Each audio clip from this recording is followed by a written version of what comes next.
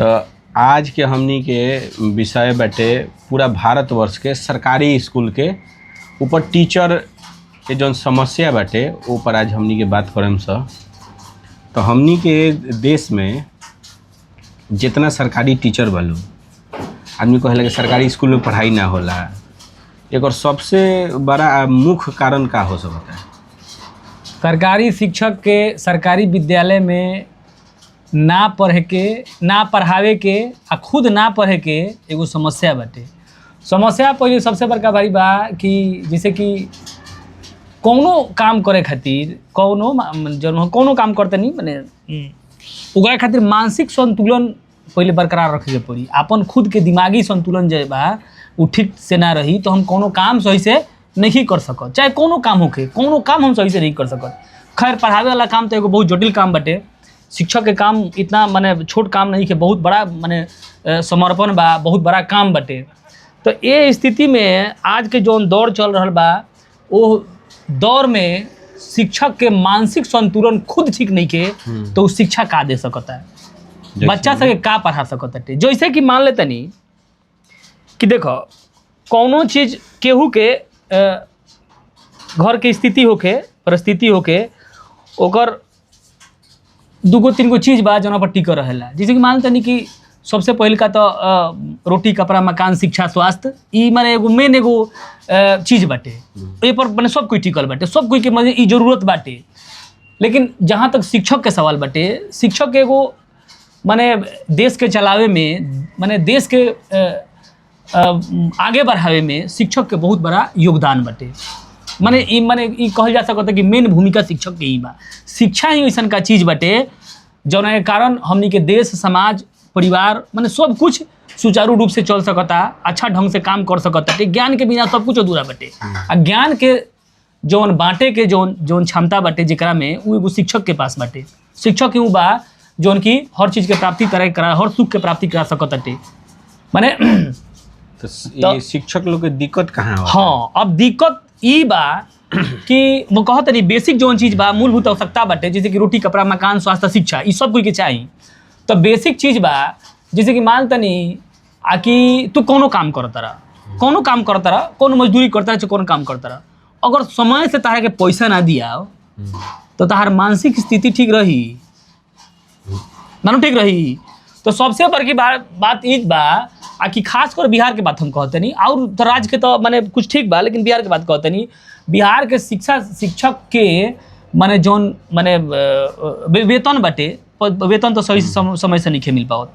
ऐसे समय से नहीं मिल पाओ जौन कारण शिक्षक के हमेशा मानस पटल पर मानसिकता पर बहुत बुरा असर पड़ रहा बा। सही जैसे मान तनी कि ओकरो घर में परिवार बाटे, ओकरो परिवार चलावे के बाटे, एगो माने कि हजी एगो बांधल पैसा बाटे कि हमरा वेतन मिली तो हई काम करें, वेतन मिली तो हऊ काम करें, वेतन मिलते कर्जा देम, बेटी के शादी करें ही करें। आ समय से यदि वेतन ना मिली तो ओकर मानसिक स्थिति ठीक रही, बिल्कुल ठीक ना रही। अच्छा, दूसरका नंबर ई तो हो गल एगो बेसिक चीज भइल। दूसरका नंबर कि शिक्षक के काम एगो नहीं खे। शिक्षक के काम ही नहीं है कि खाली तरह पढ़ा देवे के बटे, पढ़ाए के बच्चा के पढ़ावे के बा, ये काम नहीं के। शिक्षक के बहुत सारा काम बा। जैसे कि हाँ, जैसे कि सबसे पहल का माने जौन से सबसे महत्वपूर्ण सबसे बड़ा जौन काम बटे हमनी के जौन का कहल जाला इलेक्शन में जौन भी काम करे के बटे। इलेक्शन साल में माने हमारे तो लगता है कि भारत में माने साल में हर जगह साल में कहीं ना कहीं इलेक्शन चलते रहेला और सारा काम संभाले के एगो शिक्षक काम संभालेला। तो वो एगो काम बटे। तो वो अथी से इलेक्शन से संबंधित जितना भी काम बटे, या तो इलेक्शन में ट्रेनिंग देवे काम होके, खुद ट्रेनिंग लेवे के काम होके, इलेक्शन करावे के काम होके, ये सब शिक्षक के ही काम बटे। आ कुछ और भी विभाग बाटे जो उनके में माने सम्मिलित होकर काम करेला, लेकिन खास तौर पर शिक्षक के ही काम दियाला। ओकरा अलावा जनगणना भी बटे। जनगणना शिक्षक के करे के बटे, चाहे जनगणना जन के गणना होके, चाहे घर के जनगणना होके, चाहे जौन चीज की जनगणना होके।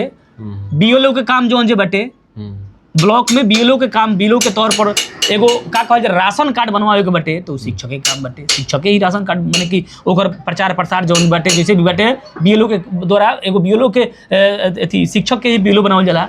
अब शिक्षक ही काम कर रहल बटे वो। और शिक्षक लोग के मतलब अदर का काम करावल जाए? और भी बहुत सारा काम बा जो सरकारी ई तो काम एगो माने ई एगो निश्चित काम हल कि करे के बाटे।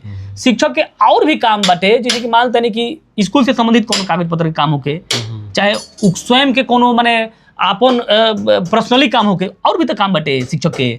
तो ई सब काम मिला जुला करके जोन जे बाटे शिक्षक के मानसिक स्थिति ई सब के कारण ठीक नहीं के रहत। जौन के कारण लड़कन समय माने पठन पाठन के कार्यक्रम में माने बहुत बाधा पहुँचताटे, जौन के कारण माने लड़कन सबके शिक्षक सही तौर से पढ़ा नहीं के पावत। ये सब मूलभूत माने कारण बटे, ये सब जौन के कारण शिक्षक से ये सब काम बंद करवा देवल जाओ तब स्कूल की स्थिति ठीक हो सकत है? नहीं, बिल्कुल ठीक हुई। काहे ना ठीक हुई? मान तनी कि सुनो, मान तनी कि वो डॉक्टर बाटे, एगो डॉक्टर बा, तो डॉक्टर स्पेशलिस्ट माने स्पेशलिस्ट बनता है डॉक्टर। या तो आप माने एगो फिजिशियन है तो पूरे बॉडी का आप माने आप अथी कर सकते हैं, इलाज कर सकते हैं। आप सर्जन है तो आपका काम ऑपरेशन करना है, ठीक बटे।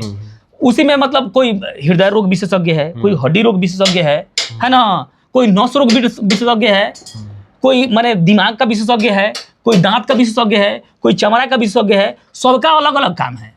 अगर उनको कहा जाए कि नहीं भैया, चमड़े वाला डॉक्टर से कहा जाए कि आपको हड्डी का भी काम करना है, आपको हार्ट का भी काम करना है, तो वो कर सकता है, वो डॉक्टर कर सकता है काम। लेकिन दबाव में भी काम करेगा तो गलत काम, और दबाव में करेगा तो गलत काम करेगा। तो इस प्रकार से जो शिक्षक का पठन पाठन का काम है तो पठन पाठन करवाइए, उसे पढ़वाइए। नहीं पढ़ा पा रहा है तो उसको ट्रेनिंग दीजिए आप। अगर शिक्षक बन चुका है तो आप उसको हटा नहीं ना सकते हैं।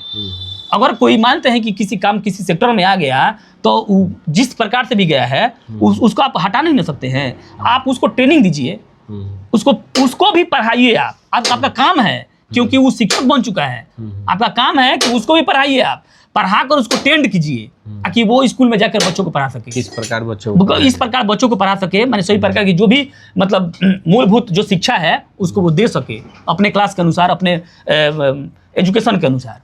इस प्रकार का यदि व्यवस्था हो तो मतलब शिक्षक पठन पाठन का काम बहुत बढ़िया से चलेगा और देश की स्थिति, समाज की स्थिति बहुत अच्छी होगी। लेकिन इस प्रकार का हो कहाँ रहा है, कहाँ हो रहा है इस प्रकार का काम? इस स्थिति में शिक्षक क्या करे जिसके अब मानते हैं कि पैसा नहीं मिलेगा, भाई दूध वाला परेशान कर रहा है, नहीं कर रहा है, दूध वाला परेशान कर रहा है। उसके बाद गैस का स्थिति खराब हो चुका है, घर में खाना बनाने के लिए गैस नहीं है, खाना कहाँ से बनेगा? वो भी मेरे परिवार का सदस्य है शिक्षक। तो कुल मिला के अगर शिक्षक के मतलब कि कुछ ऐसा व्यवस्था करे, वित्तीय व्यवस्था, आर्थिक व्यवस्था है जो उसका सुदृढ़ किया जाए, अर्थव्यवस्था उसको मजबूत किया जाए, अर्थव्यवस्था मजबूत किया जाए, उसका मानसिक स्थिति मजबूत होगा। उसको जितना भी कार्य है, सरकारी जो काम है आप लोग देते हैं, सरकार के माध्यम से किया जाता है, उससे उसको वंचित किया जाए। उसको शिक्षक पठन पाठन का ही काम दिया जाए, तब जाकर उसकी मानसिक स्थिति ठीक होगी। और जो सही रूप से शिक्षा देने का काम है वो एक शिक्षक सही रूप से शिक्षा देगा।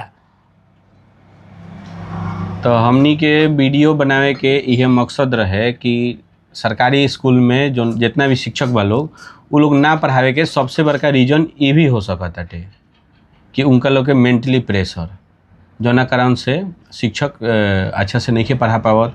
प्राइवेट स्कूल में तो 10,000, 5,000, 15,000, 20,000 के जो भी महीना बा समय से मिल जाला। अरे भैया तो प्राइवेट स्कूल में माने उससे दूसरा काम नहीं ना लिया जा रहा है। हाँ। प्राइवेट स्कूल के शिक्षक जो है उनका एक ही काम है, बच्चों को पढ़ाना है। आप आपकी योग्यता के अनुसार आप UKG, LKG, चाहे नर्सरी हो चाहे क्लास 1, 2, माने आपका काम पढ़ाना है, आपका काम पढ़ना है और पढ़ाना है। उससे दूसरा काम कोई नहीं ना है भाई। आप तो बालू में से तेल निकाल रहे हैं, बालू में से कैसे तेल निकलेगा? शिक्षक आदमी ना है, मशीन नहीं ना है कि सॉफ्टवेयर डाल दिया है, ये भी काम करना है, वो भी काम करना है, वो भी काम करना है। तो इस वीडियो को ज़्यादा से ज़्यादा शेयर करें ताकि इस पे सुधार कोई हो।